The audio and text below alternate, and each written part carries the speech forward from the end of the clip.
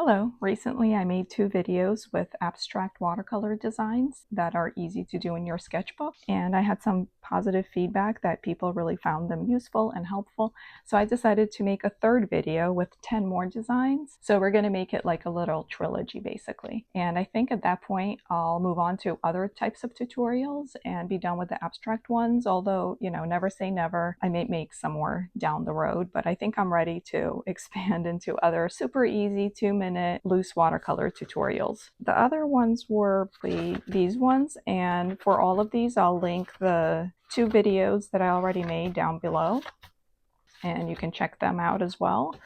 But basically these are the ones we made before. Today we're going to make 10 more. I created them in this art creation sketchbook. On video we're going to do them in this Hana Mule watercolor sketchbook, which is not cotton, but it is watercolor, whereas this is regular paper for mixed media, but it's very kind of light. Basically just to show that you can make these designs in any sketchbook using any types of materials.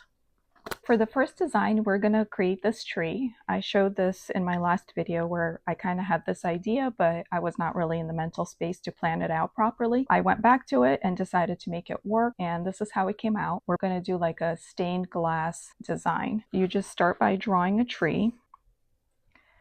And to do that, you just draw a line straight down the middle, and then you're going to do branches. Let me take that off. And you want to kind of vary them up.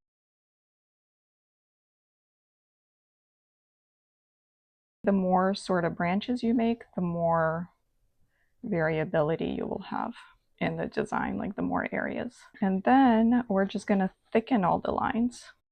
I'm using a black Inktense pencil, but you could use a black watercolor pencil. If you don't have watercolor pencils, you can also use Neocolor 2s if you have those, or you can even use regular pencils. Regular pencils are just harder because you really have to like focus a little bit more on staying within the lines, because the lines won't dissolve in water, whereas these lines will dissolve. So if you mess up, you can just kind of, shift them around in the painting phase. And one of the feedbacks I got in my previous 2 videos was people requesting to see how I color these in. Now, how I colored them in is not really as relevant for these abstract designs, because any which way you color them in, it will be fine because they are abstract. You don't have to do any shading. Like over here, there's barely any shading, maybe a little bit in the hills, but you can just fill in with flat color, or you can do some shading. But since I had multiple requests for that, I will go ahead and I think at the end of the video include some footage of me coloring them in.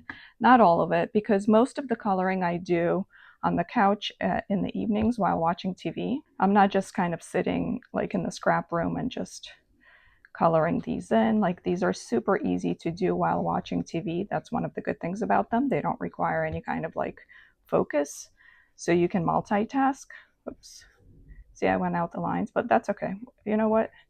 I could have just like erased it later with watercolors, or I can just make it another branch. I think it was the little branch telling me it wanted to be made. We want to make them nice and thick because we're making like a stained glass design, but then again, if you don't want to make them thick, you can always just use your black watercolor paint at the end and go back in and make them thicker at that point. Any color theme will do. And then we make some hills, and then I just make them round.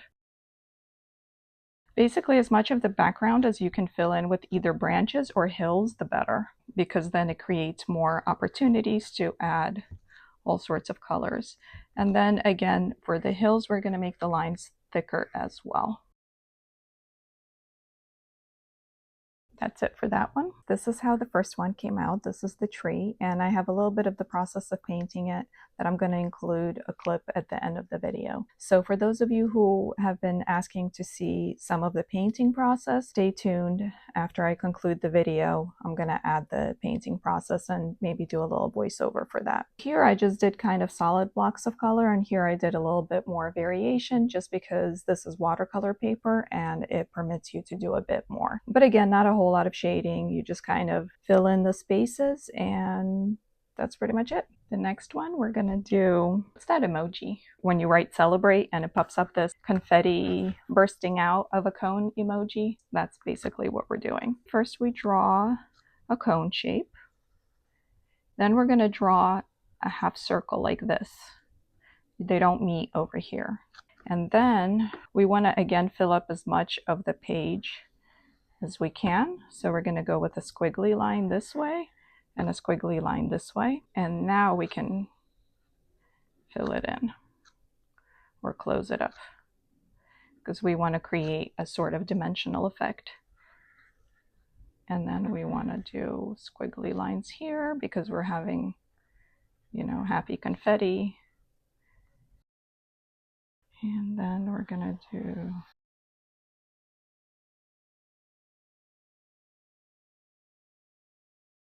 that's pretty much it.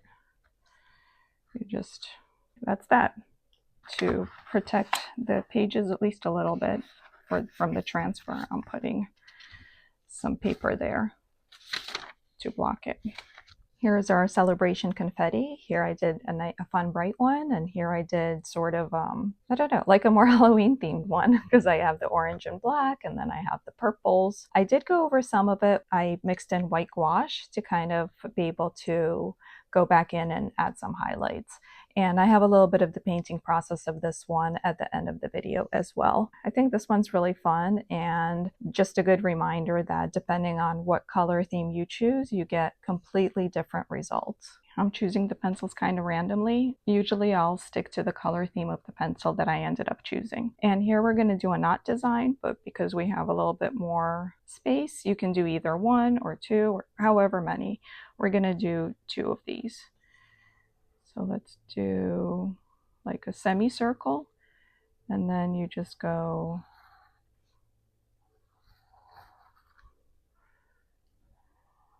and then you go like that.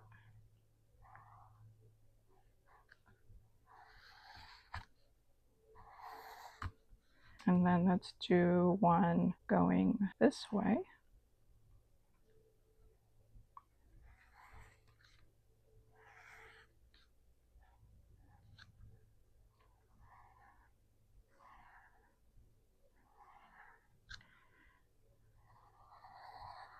See, because I did 2, it kind of allows us to fill the page a little bit better. So I think for these designs, we're maybe getting slightly more advanced from the previous 2 videos because we have some more folds, but that's because folds are really easy to do with watercolor and they're really fun and relaxing because it's just basically painting a bunch of lines. That's it for that one. This is our ribbon one. Here's the 2 ribbons. I made them slightly different colors. This is blues and yellows, I think, and this is blues and pinks. And then I did a little bit of a green background because the paper had gotten somewhat dirty with transfer from the pencils and stuff. So depending on what kind of space you have, you can fill it all up with these things, or maybe if it's a design that has something else going on, you can use these to maybe decorate the edges or whatever you want to do, kind of filling it in, adding more shading into the crevices and where it enters something, and that's pretty much it. For over here, we're going to do this design. I could maybe stick to 1, or I could do 2 of them. I think we'll do 1. Let's go with this poppy red. So you draw half a circle, and then you draw another half a circle, kind of going in. That's your base. And then you go like that. And because we're trying to fill up the page, you can make them really wide.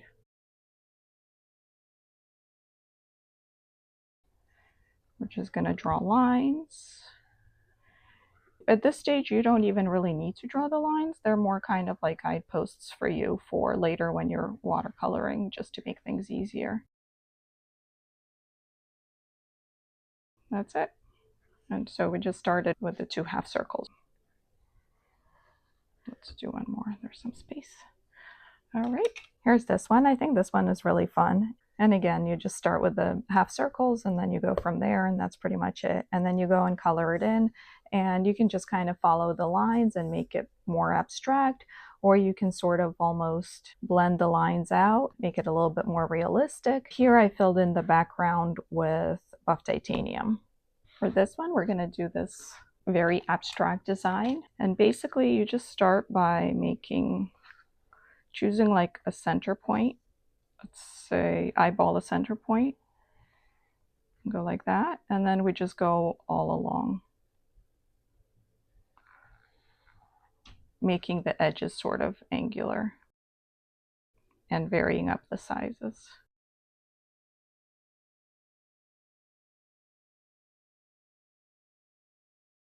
And this obviously works well in a square format, but it works just fine on a rectangular sheet of paper too. Here's how this one came out. Not a whole lot of shading here, just kind of some color variation because again, with watercolor paper, you can drop some colors in and let them flow around the page and blend a little. Just a little bit of shading. And by shading, I just mean putting slightly darker colors at some of the edges, and then that gives the impression of them kind of tucking underneath. If you want to do that, you can, but you really also don't have to. And I think this is just such a fun way to fill a page of any shape, because here, you know, you get a square, but if you have a rectangular shape, then you get a rectangle. So it really works with any size or shape paper.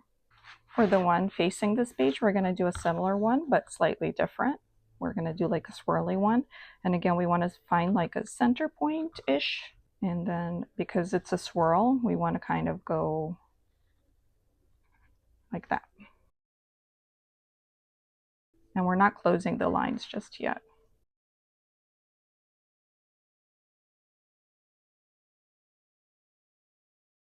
If you manage to stay center-ish, that's fine, but if not, that's okay too. Then you get sort of a more linear effect in the middle, I want to say. Okay, now that you have these lines down, you can go in, see if you missed some spots that maybe could use some more lines. And then once they're done, then you just go and you close it up like this. You don't close it up, you don't go like that, you just go like into.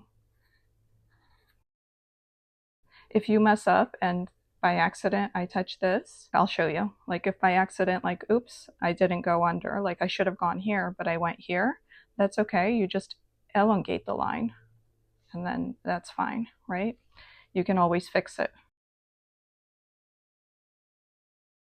So once you have kind of the basics down, then the rest is relatively simple. You just go and do a very sort of, just do the same thing over and over. So it's very easy and kind of meditative. So that's those two. Here's this one. I didn't even realize it. It wasn't on purpose, but they did come out pretty similar in color. You can still see some difference just because the paper texture is different. Like this is plain paper and watercolor paper, you get like a different effect. I think this one's fun. And here all I did was add some of the lighter yellow to like the outer edges, and then the inner edges that tuck in, I added red.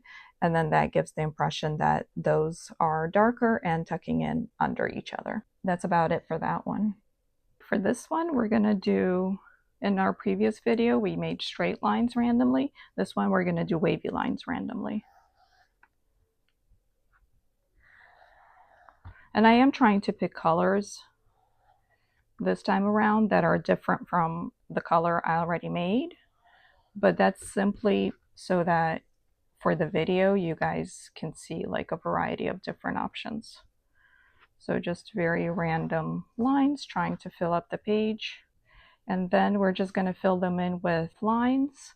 And then over here, I did the shading in one corner, but you could do shading in multiple corners basically if you want. And these tiny intersections, you can just fill in with color with like your pencil. You could vary up the direction of the lines so that you can see where the lines are, you know what I mean? Or if it ends up making it so that two get combined, that's fine too.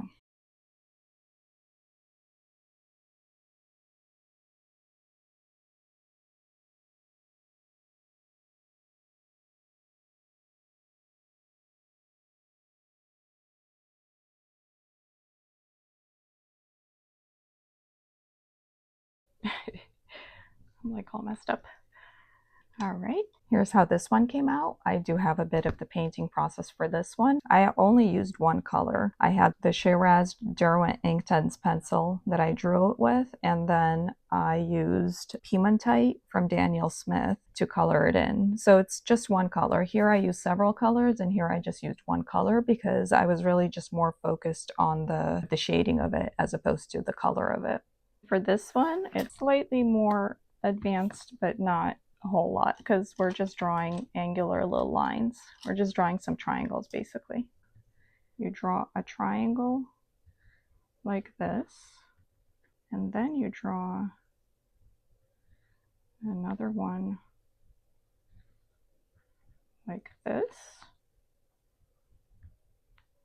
and then down, and then across. And let's do one more. If you mess up, it's okay if you're using watercolor pencils.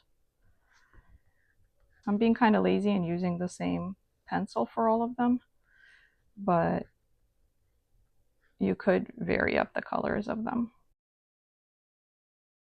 Then we're going to do the same thing here. And I might show you guys coloring in for this one because that I'm not drawing in. That's just going to get colored in. So once you draw them in, you can kind of adjust the proportions a little bit if you want. So we're going to have a swirly going this way, and this way. And I just did this as an example. You can write in words if you want. You can write in a quote, a Bible verse, positive intentions, whatever, or you can just leave it colorful, just make colorful wavy lines, and it doesn't matter. You don't have to write anything in, but you could if you want. That makes it really fun. Here are the little paper airplane guys.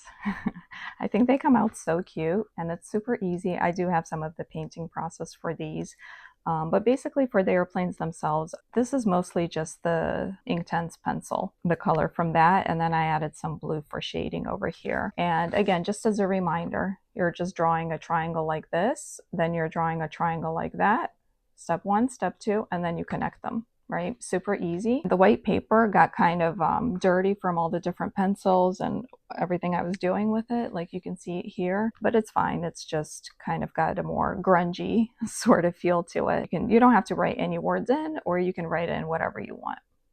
For our last two, we're going to make a couple scenes. For this one, I like it to be blue because it's supposed to be an ocean. And all you do is you're going to draw like a wave line, just random.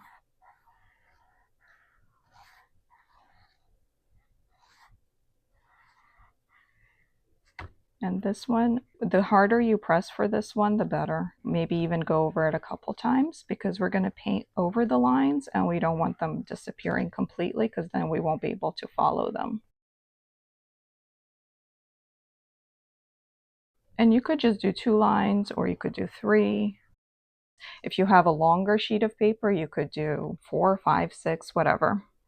Should we do another one? Yeah, let's do one more. It's a scene, so I like to put a little sun in there. And we don't need to worry about this top line as much because we're not really painting over it, but if you want to make it kind of firmer, you can. I think it's fun if you add some water splashes. That's it for that one. Here are waves. I do have some of the painting process, and here I think I did a little bit more shading. And by shading, I mean, again, just making it darker at the bottoms. So this one is super quick and easy.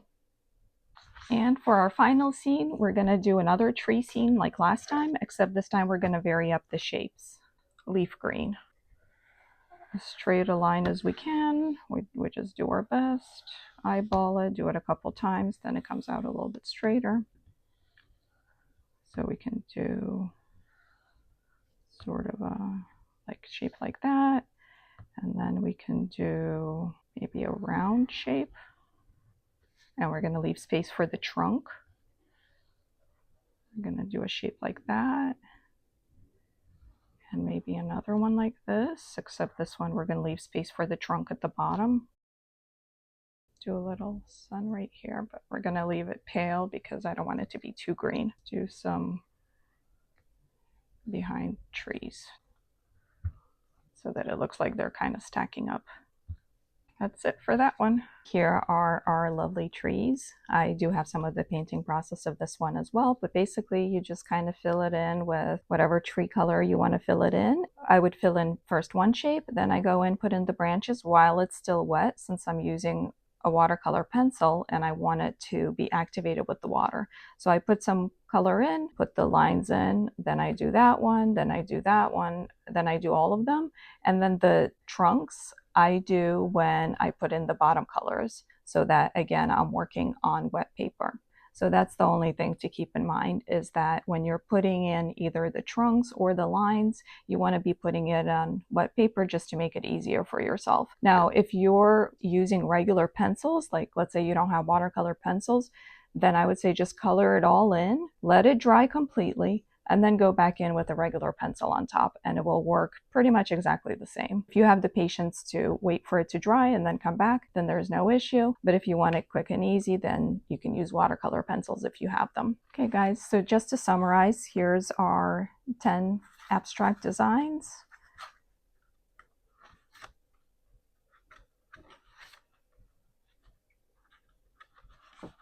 For those of you who are curious to see a little bit of the painting process, stay tuned. I don't have the entire painting process on camera just because I like to do them in the evenings when I'm watching TV to relax.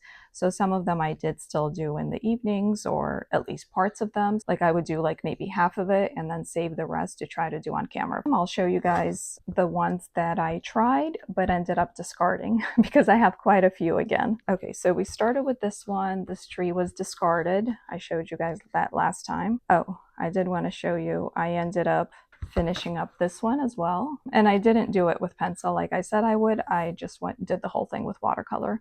So that's one option. I decided not to include that in easy abstract video just because it's kind of tedious going over all the lines. But if you like going over lines, then this one's great. Just do swirlies and then go for it. Here's another one I tried but discarded just because it was super easy, but I don't know, I just wasn't crazy about how it came out. It just kind of looked a little boring in comparison to the other ones. Then I tried this one, which was good, but I got tired of all the lines, so I discarded that one. Went ahead and included that one just because it's fun, but also customizable to any size paper, because you can do 2 of them, 3 of them, 4 of them, depending on what size paper you have. So I thought this one was pretty good. This one I discarded, even though it was kind of cool and super easy to do, but I just wasn't too happy with the result. I wasn't crazy about it, so I was like, nah. This one I included. This one I didn't even bother coloring in. This one I didn't bother coloring in. Just some ideas I was trying out. This one I liked. This one I discarded. I didn't like. This one I discarded because it was just more flowers. This one I didn't even color in. Then we did this one. We did this one. This one, this one, this one we did. And this one I discarded just because, again, I got kind of tired of drawing all the lines. So yeah, I acted as your guys' guinea pig. I would come up with the designs and then I would draw them and try them out. And if they were fun and easy and quick-ish, then I would include them in. Now, some of these ones do take longer than others, like especially like the ones that are kind of cloth, like that take a lot of shading. They take longer, but they only take longer because I'm enjoying doing that kind of coloring. Just the ones where I have to be very precise and stick within the lines, that's the one where I get really bored. But the ones where I'm just doing shading wherever I feel like doing shading, I don't really get bored with that. That's kind of fun for me. Thank you so much for watching. I hope you guys enjoyed this 3rd installment of Easy Abstract Watercolors.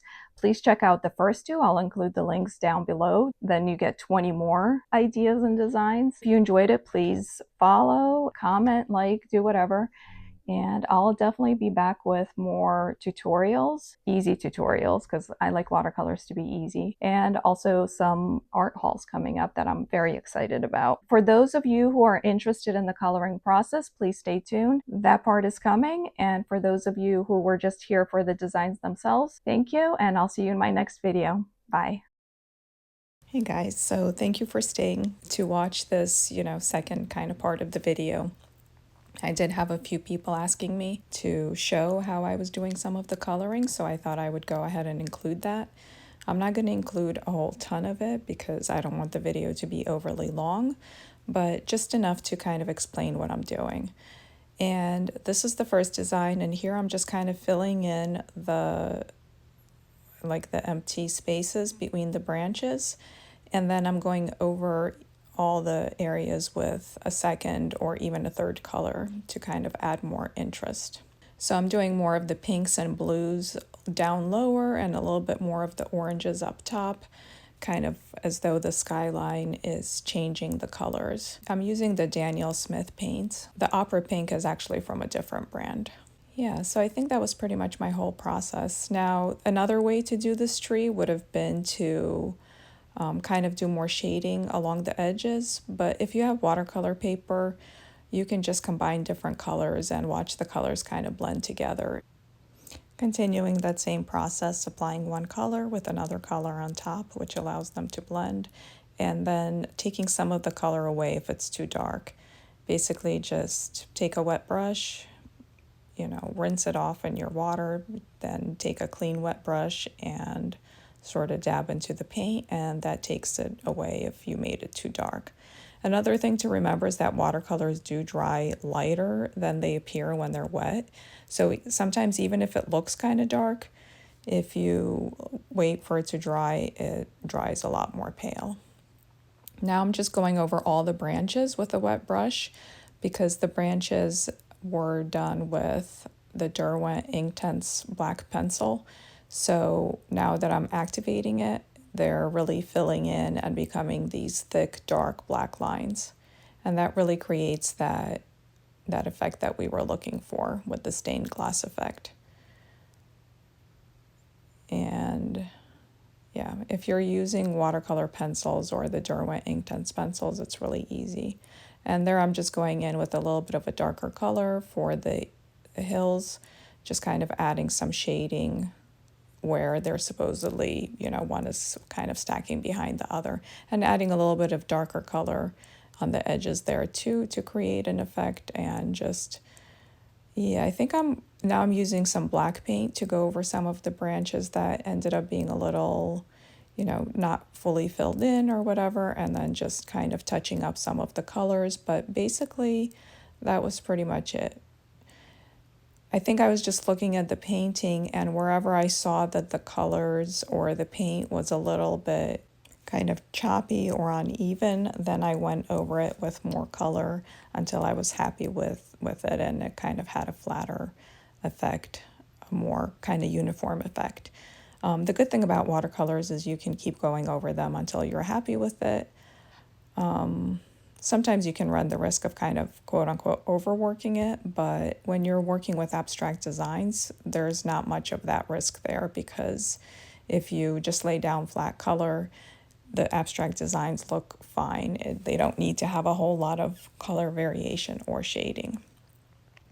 Yeah, so just going over the different areas and touching it up. And I think now I'm done with it, and now moving on to the other one, filling in the little confetti on the sides with some of the opera pink. This design I ended up going over with gouache because the purple that I was using was extremely potent. So basically it was just very strong. That's my gouache palette that I brought out. Mainly, I am using a little bit of black there, but mainly I just use the white to make the opera pink a little bit more opaque, so it would go over the dark purple. So because the purple paint was so strong, it created a sort of darker painting than what I was looking for, so that's why I decided to go over it with some white gouache and some of the opera pink. I don't know if all of that ended up being on camera, probably not. But here again, wherever I see areas where it looks like one sort of line or strip of color is flowing under the other one, then I go in and deepen the shadows and add some darker colors into those areas to emphasize that, basically. And here I'm going to be working on this design. I did one half of it, which was, you know, the first cloth, and then I decided to save the second half for the video so you guys could have a better sense of what it is I'm doing. Essentially, the highlights I'm going over with yellow paint, and where I wanted darker, I'm going over with red paint. And right now I'm just using a wet brush to dilute the pencil because the pencil was red. So I'm getting a lot of the color just from that. And then I don't know if you guys saw, but I kind of went in with a wet brush and took away some of the color because again, it was turning out to be a little too bright, and then I wouldn't have preserved the highlights. And the highlights you can think of in terms of any area that's closer to you is the highlight, and you want to emphasize that with a lighter or a brighter sort of color, a warmer color like the yellow.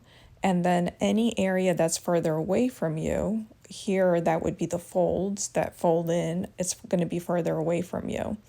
Then we're going to emphasize that with a darker color such as red, or a cooler color such as a cool red, like a rose kind of color.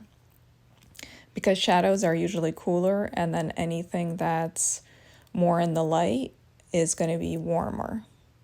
So that's one way to also emphasize those differences, and not just darker and lighter colors, but also warm and cool colors help you do that as well.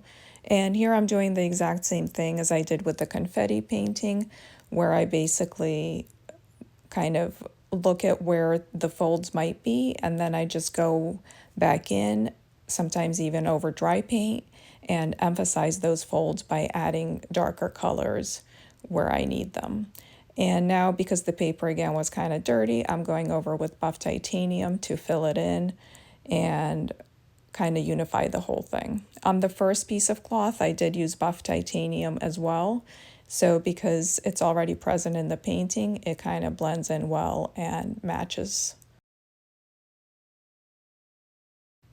Now you can see me going back in to the different areas and blending some of the darker lines out so that it looks, kind of gives more of a feel of soft, flowy cloth. By blending out the lines and making them softer, it creates more of that painterly effect as well, almost like oil paints as opposed to watercolors.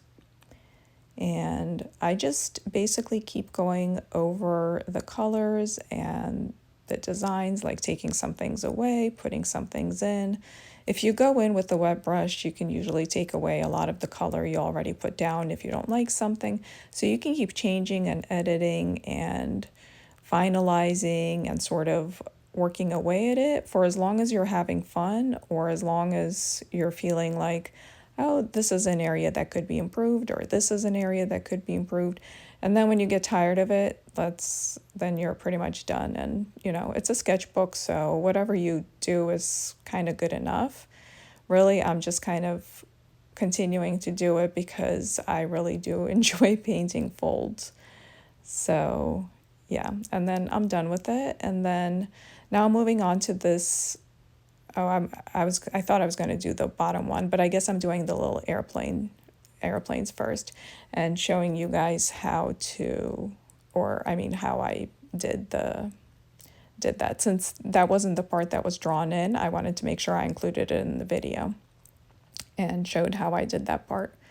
And there you saw, like, I went a little bit over the bottom airplane, so I just kind of went in and basically erased that with the wet brush. Yeah, so just adding a little bit more depth to the color, and that's pretty much it. Just squiggly lines. I like watching that part. That part's always fun when you make the little airplanes. Now I'm moving on to the bottom one because I want to allow the paper airplane trails to dry so I can put the words over it. And this is one of the designs over here that I did most of it, like on the couch, and then I saved, you know, a chunk of it to do on camera so you guys could see what I was doing. Really all I'm doing is, again, just keeping the areas that would be closer to us lighter, and then because I'm only using one color, it's pretty easy. I go in with the one darker color into the areas that kind of bent under, or I want to sort of look like they're, flowing under or whatever.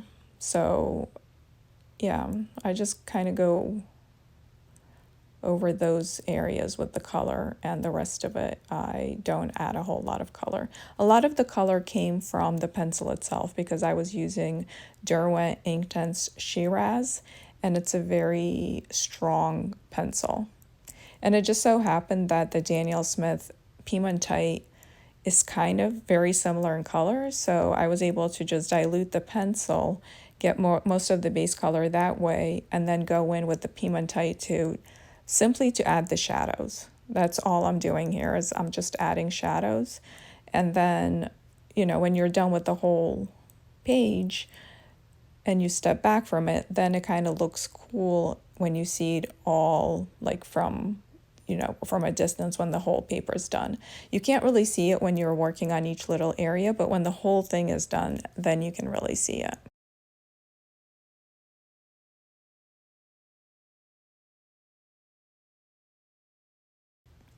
Here I'm moving back onto the dry airplane trails and just writing in the words that I decided I wanted to put there. It would have been totally fine to not put the words in. I could have added more colors to the trails to make them more interesting or whatever, but I really actually like adding the words. I think it just kind of adds more interest to the page. And this one just says, "Trust my journey."